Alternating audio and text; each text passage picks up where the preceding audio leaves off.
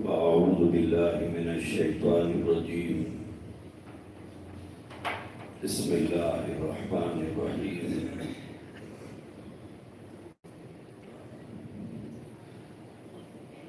إن الذين آمنوا وعملوا الصالحات كانت لهم جنات الفردوس نزلا.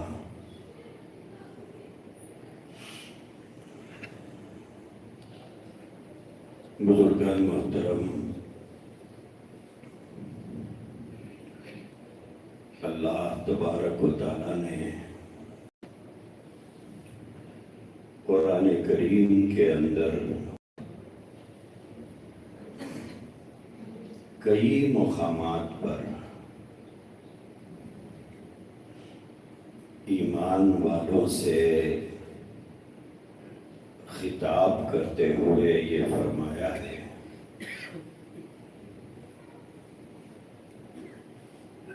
کہ تم عمل صالح کرو. ان الذین آمنوا، جو لوگ ایمان لائے، وعملوا الصالحات، اور عمل صالح کیا ہے.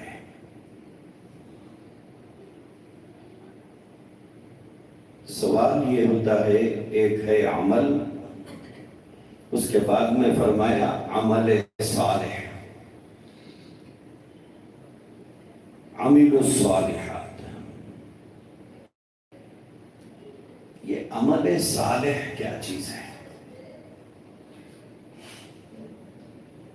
جس کی قرآن حکیم میں بار بار ترغیب دی گئی، حکم دیا گیا کہ جو لوگ ایمان لائے اور عمل صالح کیا، کانت لہم جنات الفردوس نزلا، ان کے لیے وعدہ ہے جنت الفردوس کا.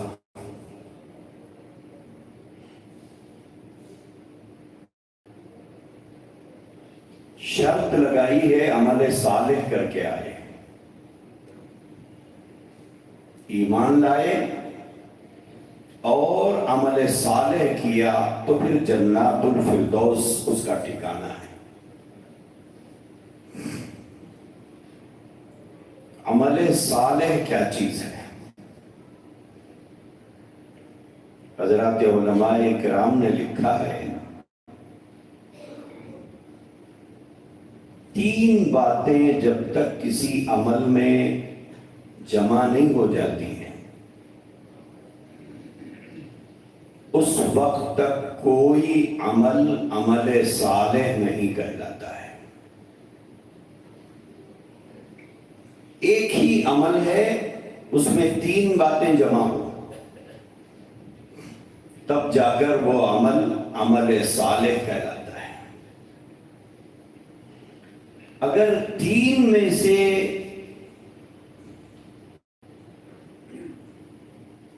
دو کر لیا، ایک چھوڑ دیا، ایک کر لیا، دو چھوڑ دیا، وہ عمل صالح باقی نہیں رہتا ہے. وہ عمل ضرور ہے،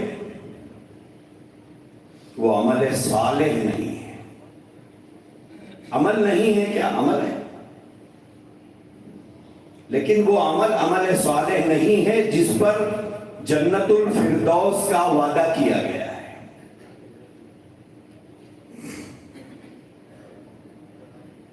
اللہ کرے کہ جتنا وقت ہے اس میں میں آپ کو یہ بات سمجھا پاؤں کہ عمل صالح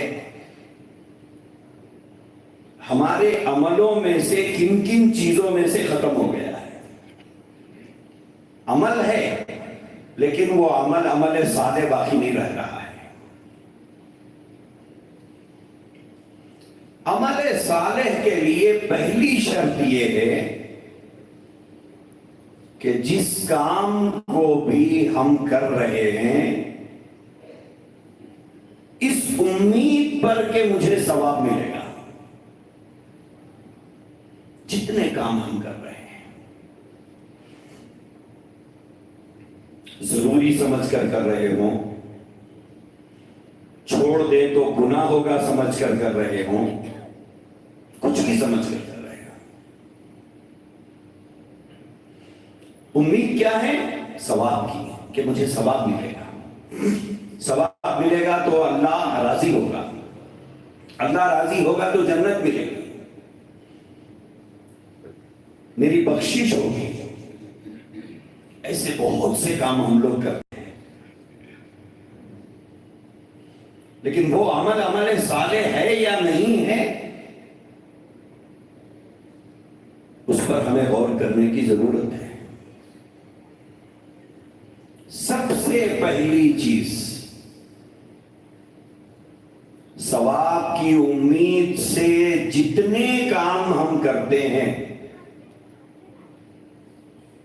یا تو وہ اللہ کا حکم ہو یا نبی پاک صلی اللہ علیہ وسلم کا فرمان ہو، یا تو اس کا حکم اللہ نے دیا ہے یا اللہ کے نبی نے دیا ہے،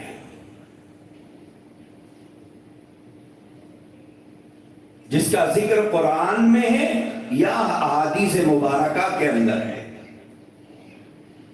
یا پھر حضرات صحابہ کرام رضوان اللہ تعالی علیہ مجمعین کے زمانے میں وہ عمل ہوتا تھا۔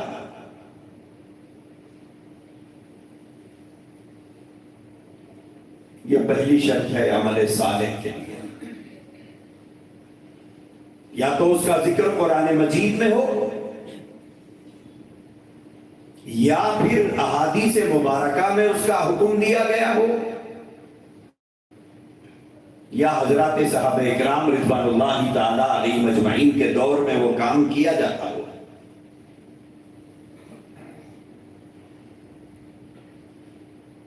اب ایک آدمی ایسا کام کرے جس کا ذکر نہ قرآن میں ہے، نہ حدیث میں ہے، نہ صحابہ کی زندگی میں ہے،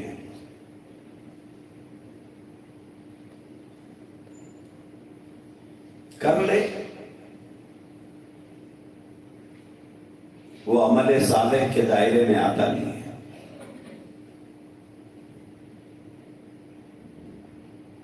یہ پہلی شرط ہے۔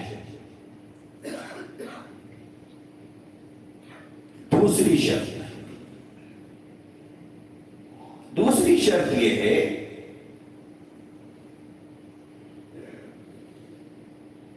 حکم اللہ کا ہے، اللہ کے نبی کا ہے، لیکن طریقہ اس میں رسول اللہ کا ضروری ہے۔ حکم تو اللہ کا ہے، حکم نبی پاک صلی اللہ علیہ وآلہ وسلم کا ہے، لیکن اس عمل کو اپنی مرضی سے کر رہا ہے کوئی آدمی، تو پھر وہ عمل صالح نہیں بنے گا۔ رمضان المبارک کی آمد ہے، رمضان المبارک میں بہت سے ایسے کام ہم لوگ کرتے ہیں، اللہ کا حکم سمجھ کر کرتے ہیں، نبی پاک صلی اللہ علیہ وآلہ وسلم کا حکم سمجھ کر کرتے ہیں، لیکن اس میں طریقہ رسول پاک صلی اللہ علیہ وسلم کا نہیں ہوتا۔ جیسے تراویح کے اندر ہمارے نوجوانوں کی ایک بہت بڑی تعداد ہوتی ہے جو مسجد میں موجود ہوتی ہے لیکن پڑھتی نہیں ہے تراویح، وہ تعداد امام صاحب کے رکوع میں جانے کا انتظار کرتے ہوئے بیٹھتے ہیں۔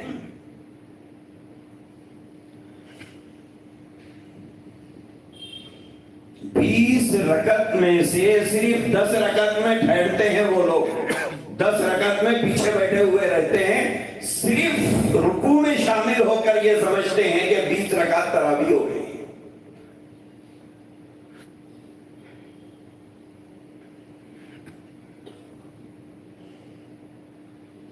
تو میرے عزیز بھائیوں ایسے بہت سے کام ہیں. حکم اللہ کا ہے، فرمان نبی پاک صلی اللہ علیہ وآلہ وسلم کا ضرور ہے، لیکن طریقہ رسول پاک صلی اللہ علیہ وآلہ وسلم کا نہیں ہے.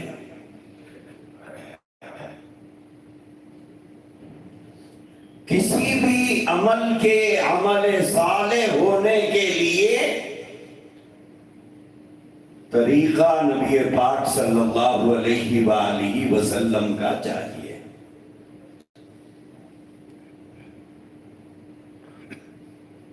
اگر نبی پاک صلی اللہ علیہ وسلم کے طریقے کو چھوڑ کر وہ عمل کیا جائے،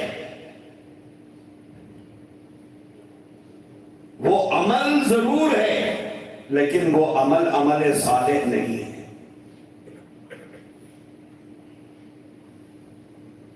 اور اللہ تبارک و تعالیٰ نے قرآن حکیم میں فرمایا ہے میری پسند تو نبی کا طریقہ ہے. جب تک اس طریقے پر کر کے لا کر میرے سامنے نہیں پیش کرو گے وہ قابل قبول نہیں ہے. عمل تو کیا ہے لیکن اس میں نبی پاک صلی اللہ علیہ وآلہ وسلم کا طریقے کو مد نظر نہیں رکھا گیا. طریقہ ہٹا دیا، نبی کا حکم رکھ لیا، طریقہ ہٹا دیا. جیسے ولیمہ مسنونہ کے نام پر کیے جانے والے ولیمے، یہاں کا ماحول تو میں نہیں جانتا، ہمارے حیدرآباد کا ماحول تو خوب جانتے ہیں ہم لوگ.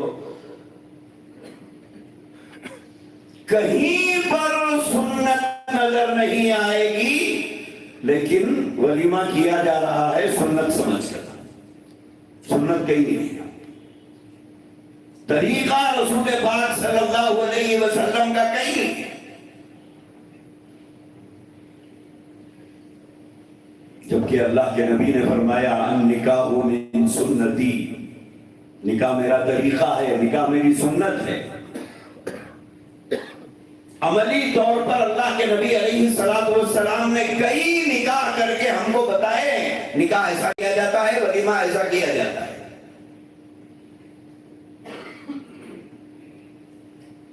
عمل تو وہی ہے لیکن طریقہ رسول پاک صلی اللہ علیہ وآلہ وسلم کا نہیں ہے. وہ عمل جس میں اللہ کے نبی کے طریقے کو ملحوظ نہیں رکھا گیا وہ عمل صالح نہیں ہے. بزرگوں نے مثال دے کے سمجھایا ہے. پوسٹ آفس کے ڈبے میں لیٹر ڈالتے ہیں، ایک تو پوسٹ کارڈ ہوتا ہے، ایک انگلینڈ لیٹر ہوتا ہے، ایک اور لفافہ ہوتا ہے. آج کل چلن اس کا بہت کم ہو گیا لیکن موجود تو ہے. کسی زمانے میں وہ 15 پیسے میں کارڈ ملتا تھا، 40 پیسے میں انگلینڈ لیٹر ملتا تھا، 1 روپے میں لفافہ ملتا تھا. جب ہم لوگ پڑھتے تھے اپنے ماں باپ کو خط لکھتے تھے تو اسی پہ لکھتے تھے. اب پتہ نہیں کیا قیمت ہے، ہم بھی نہیں جانتے.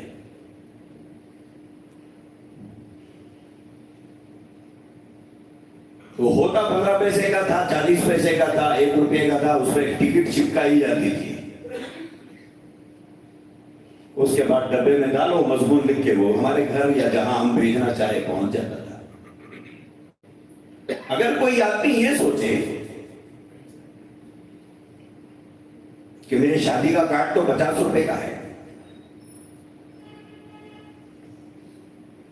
وہ بغیر ٹکٹ لگائے ہوئے پتہ لکھ کر اگر ڈبے میں ڈال دے تو کیا وہ اس جگہ پہنچے گا جہاں ہم بھیجنا چاہتے ہیں؟ عقل مند آدمی کہے گا نہیں پہنچے گا. کیوں؟ بولے اس میں گورنمنٹ کا جو ٹکٹ ہے وہ نہیں لگایا گیا، اس لیے یہ ایکسپٹ نہیں کیا جائے گا. اگر کوئی آدمی یہ کہے کہ صاحب یہ تو 2 روپے کا ٹکٹ ہے، میں تو 50 روپے کا کاٹ ڈالا، جب 2 روپے کا پہنچ سکتا ہے تو 50 کا کیوں نہیں پہنچتا؟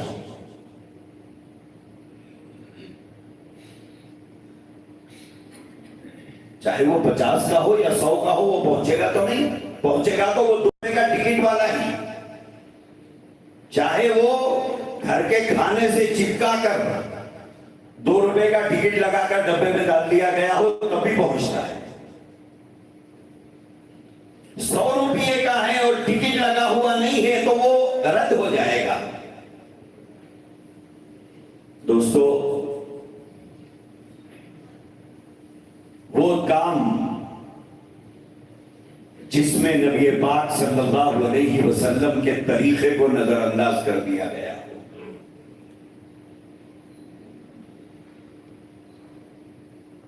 اس پر سنت کی مہر لگی ہوئی نہیں ہے. اب اسے آپ اللہ کے بعد بھیجنا چاہتے ہو،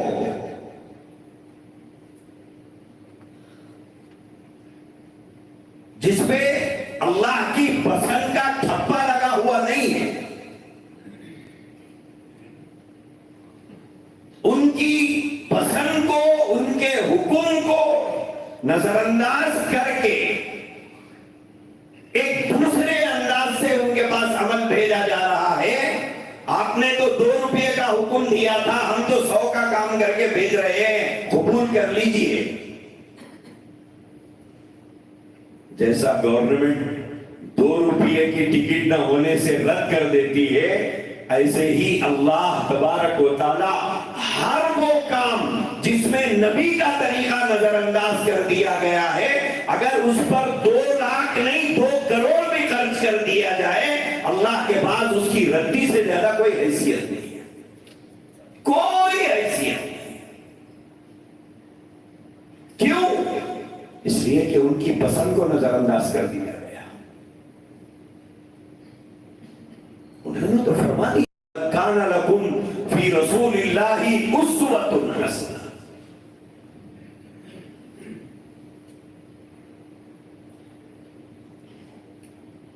کہ تمہارے لیے ہم نے آئیڈیل تمہارے رسول کو بنا کر بھیجا ہے، تمہارے لیے نمونہ، ہر کام میں پریکٹیکل نبی پاک صلی اللہ علیہ وسلم کا طریقہ ہے. اور یہ فرمایا کہ ہماری پسند ہے، یہ ہماری پسند ہے. یہ فرمایا مَن یُطِعِ الرَّسُولَ فَقَدْ أَطَاعَ اللَّهَ. جو رسول کی اطاعت کیا گویا اس نے اللہ کی فرمانبرداری کی ہے. تو کوئی کام ہو، چاہے وہ 2 روپے کا کام ہو، 2 لاکھ کا کام ہو، 2 کروڑ کا کام ہو، اگر وہ رسول اللہ کے طریقے سے ہٹ کر ہے تو پھر وہ اللہ کے پاس ناقابل قبول ہے، اس کی کوئی حیثیت نہیں ہے. وَهُمْ يَحْسَبُونَ أَنَّهُمْ يُحْسِنُونَ صُنْعًا. ہم خوش ہو رہے ہیں کہ ہم نے بڑا اچھا کام کیا ہے، اپنے آپ کی تعریف ہم خود کر لے رہے ہیں، لیکن اللہ کے دربار میں اس کی کوئی حیثیت نہیں. تو کسی بھی عمل کے عمل صالح ہونے کے لیے پہلی شرط اللہ کا حکم یا اللہ کے نبی کا حکم پر وہ کام کیا جائے، اپنی مرضی سے نہیں. دوسری بات، اس کام کو نبی پاک صلی اللہ علیہ وآلہ وسلم کے بتائے ہوئے طریقے کے مطابق کیا جائے. اگر طریقہ رسول اللہ کا نظر انداز کر دیا گیا تو پھر عمل بارگاہ الہی میں نظر انداز کر دیا جائے گا.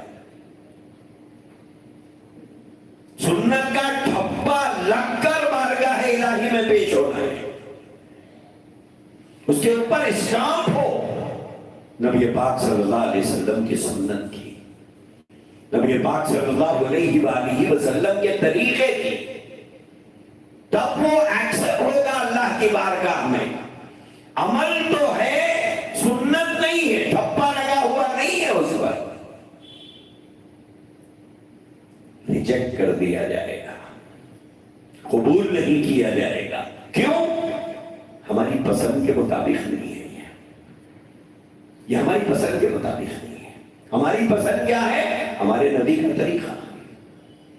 ہم نے اپنے نبی کی اطاعت کو اپنی اطاعت قرار دیا ہے، ہماری پسند ہم نے بتا دیا ہے، رسول اللہ صلی اللہ علیہ وسلم کا طریقہ۔ آج ہم لوگ بہت سے عملوں کے اندر عمل تو کرتے ہیں، طریقہ رسول اللہ صلی اللہ علیہ وسلم کا نہیں ہے۔ نماز پڑھتے ہیں، نہ رکوع ہمارا نبی پاک صلی اللہ علیہ وسلم کے طریقے کے مطابق، نہ سجدہ ہمارا رسول اللہ صلی اللہ علیہ وسلم کے طریقے کے مطابق۔ لوگ سپر فاسٹ نماز پڑھتے ہیں اور یہ بولتے ہیں تھوڑا جلدی میں تھا یا جانا ہے۔ طریقہ رسول اللہ کا نہیں ہے۔ دل کو اطمینان ہے کہ میں نے نماز پڑھ لی، رمضان آ رہا ہے، روزہ رکھیں گے، روزے کا تصور کیا ہے؟ سحری کھانا، افطار کھانا، روزہ ہو گیا۔ سحری کھائیں گے، افطار کھائیں گے، روزہ ہو گیا۔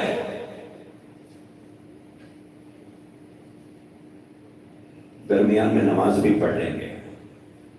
کچھ لوگ فجر چھوڑ کے سو جاتے ہیں، کچھ لوگ، اکثر لوگ پڑھ لیتے ہیں، کچھ لوگ سو بھی جاتے ہیں، کچھ لوگ ظہر کی 4 پڑھتے ہیں، باقی چھوڑ دیتے ہیں۔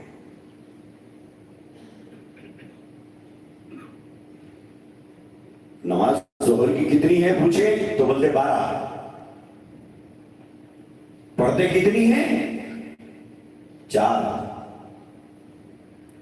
نماز مکمل پڑھ رہے ہیں ہم لوگ؟ نہیں پڑھتے ہیں۔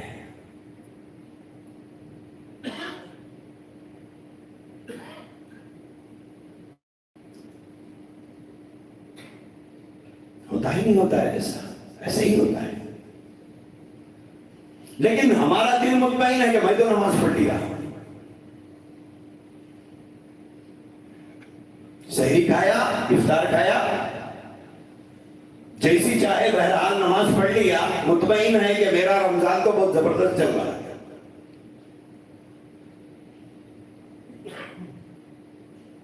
منہ کا تو روزہ ہے، آنکھوں کا روزہ بھی رکھتے ہیں کہ نہیں رکھتے ہیں؟ کانوں کا روزہ رکھتے ہیں یا نہیں رکھتے ہیں؟ زبان کا روزہ رکھتے ہیں کہ نہیں رکھتے ہیں؟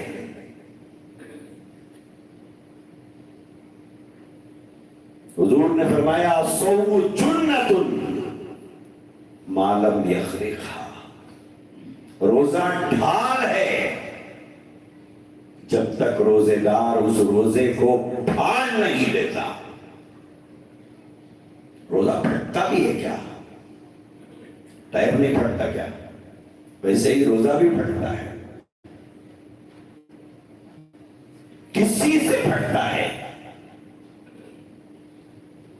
جھوٹ سے پھٹتا ہے، چغلی سے پھٹتا ہے، غیبت سے پھٹتا ہے۔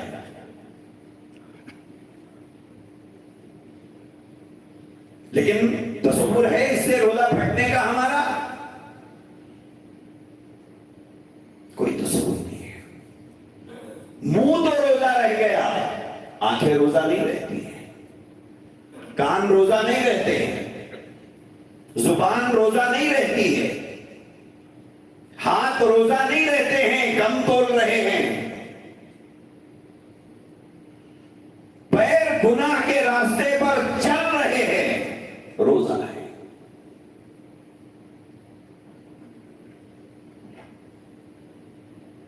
تصور کیا ہے کہ میرے تو پورے 30 روزے ہوئے ہیں.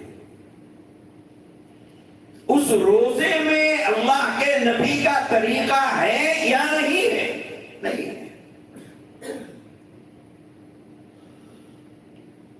اللہ کے نبی نے ان ساری چیزوں سے منع کیا ہے. اسی وجہ سے رمضان المبارک کے مہینے کی 1 مہینے کی عبادت چاند دکھنے کے بعد اس کی رمضان کی گرمی 24 گھنٹے باقی نہیں رہتی ہمارے اندر. ادھر عید کا چاند نظر آئے گا، عشاء کی نماز نہیں پڑھے گا. 1 مہینہ روزہ رکھا ہے.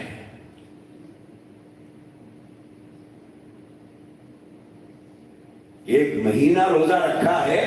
اس رمضان کی گرمی، پکے ہوئے کھانے کا دیگ کم سے کم 2-4 گھنٹے گرم رہتا ہوگا. 1 مہینے تک اس نے روزہ رکھا ہے. اس رمضان کی روزوں کی عبادت کی گرمی مغرب سے عشاء تک باقی نہیں ہے. اسی لیے بزرگوں نے فرمایا جس کا رمضان صحیح گزرے گا اس کا پورا سال صحیح گزرے گا. جس کا رمضان صحیح نہیں گزرے گا اس کا پورا سال عبادت میں گزرے گا نہیں. کتنے لوگوں کو آپ غور کیجئے، 1 مہینے تک نماز پڑھیں گے، 1 مہینے تک روزہ رکھیں گے، چاند دکھنے کے بعد عشاء کی نماز جماعت سے نہیں پڑھیں گے. فجر کی نماز میں مسجد خالی. جس عمل میں اللہ کے نبی کا طریقہ نظر انداز کیا گیا اس عمل کی اللہ کے پاس کوئی حیثیت نہیں. 2 باتیں ہو گئی. پہلی بات، اللہ کے نبی کا حکم ہو جو کام ہم کر رہے ہیں. دوسری بات، اس میں طریقہ رسول پاک صلی اللہ علیہ وسلم کا چاہیے. تیسری بات علماء نے یہ لکھی ہے کہ وہ جو عمل کیا جائے گا خالصتاً اللہ کے. کیا مطلب ہے؟ ریاکاری سے پاک عمل ہو، اللہ کے غیر کو خوش کرنے کا شائبہ بھی اس کے اندر نہ پایا جاتا ہو. اللہ کے علاوہ سب غیر ہے. زمین و آسمان میں جو کچھ ہے وہ اللہ کا غیر ہے. کوئی بھی عمل جب کیا جائے تو اس میں جذبہ صرف اور صرف اللہ کی رضا کے لیے ہو. اللہ کے غیر کو خوش کرنے کے جذبے سے چھوٹا کام کیا جائے یا بڑا کام کیا جائے اس کام کو ردی کی ٹوکری میں پھینک دیا جائے گا. کیوں؟ اللہ کو شرکت پسند نہیں ہے. سب گوارا ہے، شرکت گوارا نہیں ہے. شرکت نہیں گوارا اللہ کو. جیسے ایک بیوی کے ساتھ جب زندگی گزارتا ہے مرد تو اس زندگی کے طویل لمبے سفر میں کئی مرتبہ اونچ نیچ ہوتی ہے، چھک پک ہوتی ہے، کھٹ پیٹ ہوتی ہے، بہت کچھ ہوتا ہے، سب چلتا ہے. بیوی کے سارے قصوروں کو آدمی معاف کر دیتا ہے،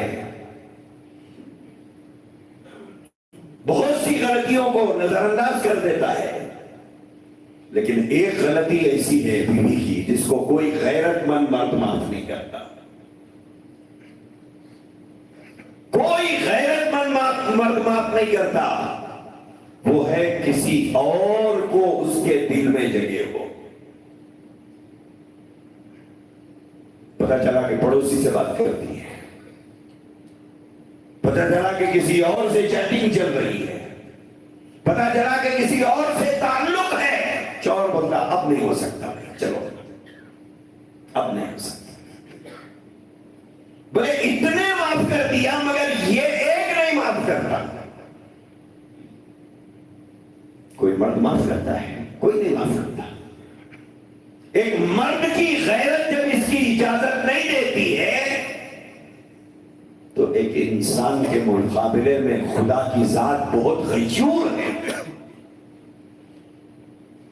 اسی لیے اللہ نے قرآن حکیم میں فرمایا ان اللہ لا یغفر ان یشرک بہ ویغفر ما دون ذلک لمن یشاء.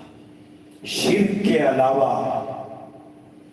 کچھ بھی کر لو میں معاف کرنے تیار ہوں. یہ ایک کام مت کرو. میرے ساتھ کسی کو لا کر مت ٹھہرا کرو. لا مثل لہ لا مثیل لہ لا مثال لہ. اس کی نہ مثل ہے نہ مثال ہے. اس کے ساتھ لا کر اس کے برابر میں کسی چیز میں بھی نہیں. نہ اس کا کوئی ہمسر ہے نہ برابر ہے. وَلَمْ يَكُنْ لَهُ كُفُوًا أَحَدٌ. اللہ تعالیٰ کو اس کے ساتھ کسی کو لا کر ٹھہرایا جائے، شریک کیا جائے، ہرگز گوارا نہیں ہے. ہرگز گوارا نہیں ہے. تو علماء نے لکھا ہے کوئی بھی عمل کیا جائے صرف اللہ کی رضا مقصود ہو. یہ نہیں چلے گا بندے بھی خوش ہو اللہ بھی خوش ہو.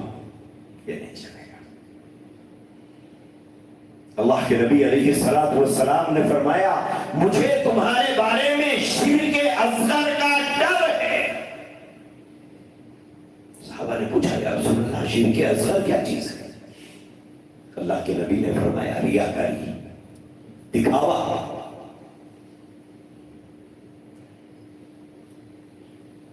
جب یہ تین چیزیں جمع ہوں گی، نمبر ایک اللہ اور اللہ کے نبی کا حکم ہو، کوئی کام کر رہے ہو اور ثواب کی نیت سے کر رہے ہو. ثواب کی نیت سے جو کام کیا جاتا ہے. اب کوئی آدمی بولے بس میں بیٹھ رہی اللہ کے رسول کا حکم ہے کیا مولانا بلکہ پوچھے تو نہیں چلتا. جس کام پر آپ کو ثواب کی امید ہے وہ حکم ہو اللہ اور اللہ کے نبی کا. یہ پہلی شرط ہے. دوسری شرط یہ ہے اس حکم میں طریقہ ہو رسول اللہ صلی اللہ علیہ وآلہ وسلم کا. تیسری شرط ہے اس کام کو خالصتاً اللہ کی رضا کے لیے کیا جائے. ذرہ برابر ملاوٹ اللہ کو گوارا نہیں ہے. اسی لیے حضرت صحابہ کرام رضوان اللہ تعالی علیہ مجمعین جب خیرات کرتے ایک دوسرے کی مدد کرتے.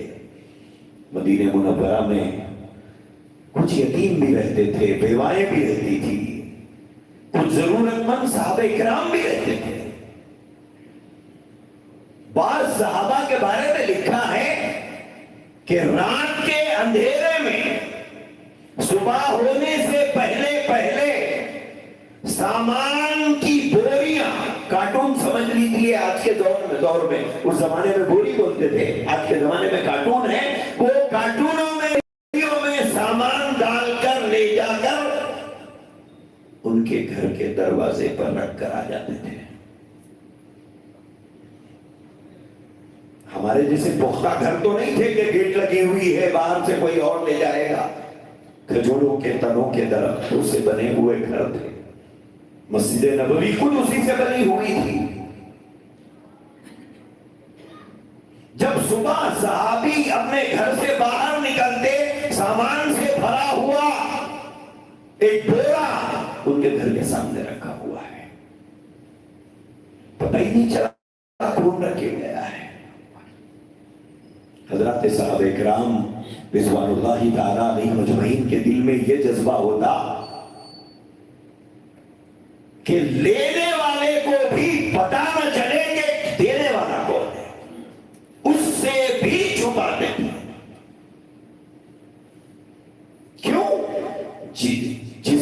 خوشنودی اور رضا کے لیے، جس سے ثواب پانے کے لیے، جس سے انعام ہمیں لینا ہے، وہ تو دیکھ لیا ہے۔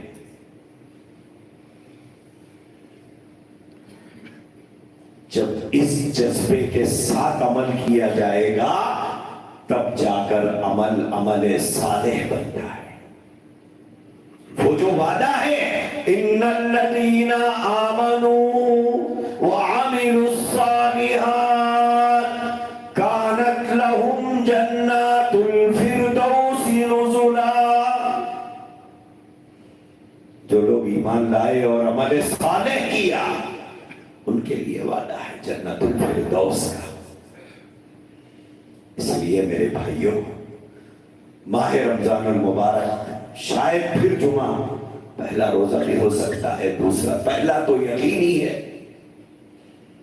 اپنی نیتوں کو درست کرو، اپنے عملوں کو درست کرو، اور خود جو عمل ہم کر رہے ہیں غور کرو کہ ہم اس عمل کو رسول اللہ صلی اللہ علیہ وسلم کے طریقے کے مطابق کر رہے ہیں یا نہیں کر رہے۔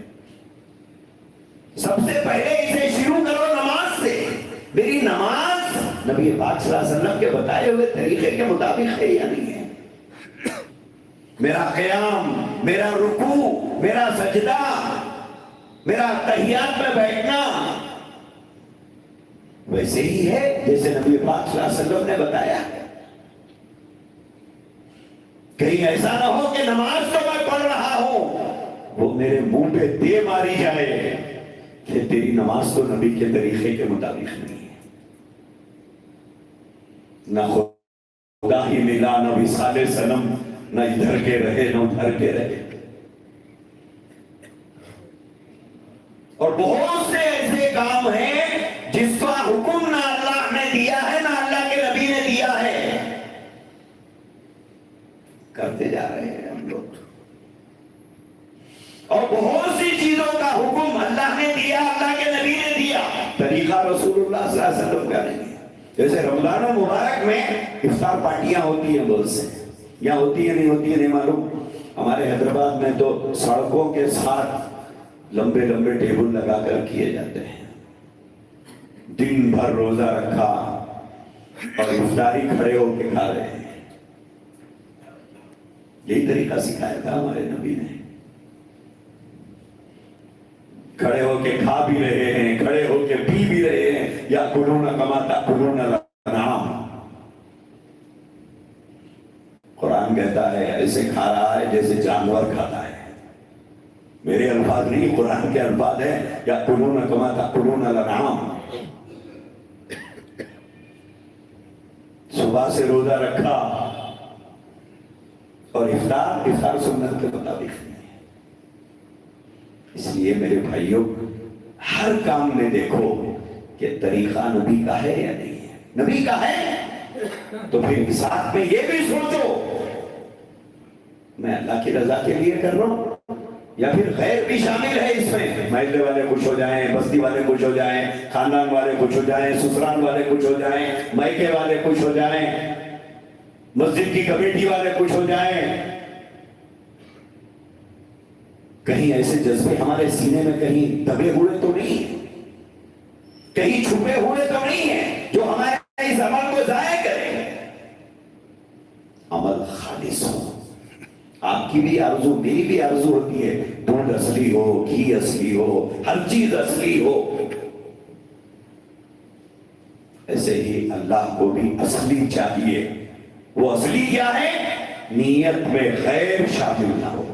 جب یہ تین چیزیں شامل ہوگی تو ہمارا عمل صالح بنے گا جس کا قرآن نے حکم دیا ہے۔ اللہ سے دعا فرمائیے اللہ تبارک و تعالی آپ کو اور مجھے، پوری امت مسلمہ کو جب تک زندہ رہے ایمان کامل پر زندہ رکھے، عمل صالح پر زندہ رکھے اور عمل صالح پر موت عطا فرمائے۔ وآخر دعوانا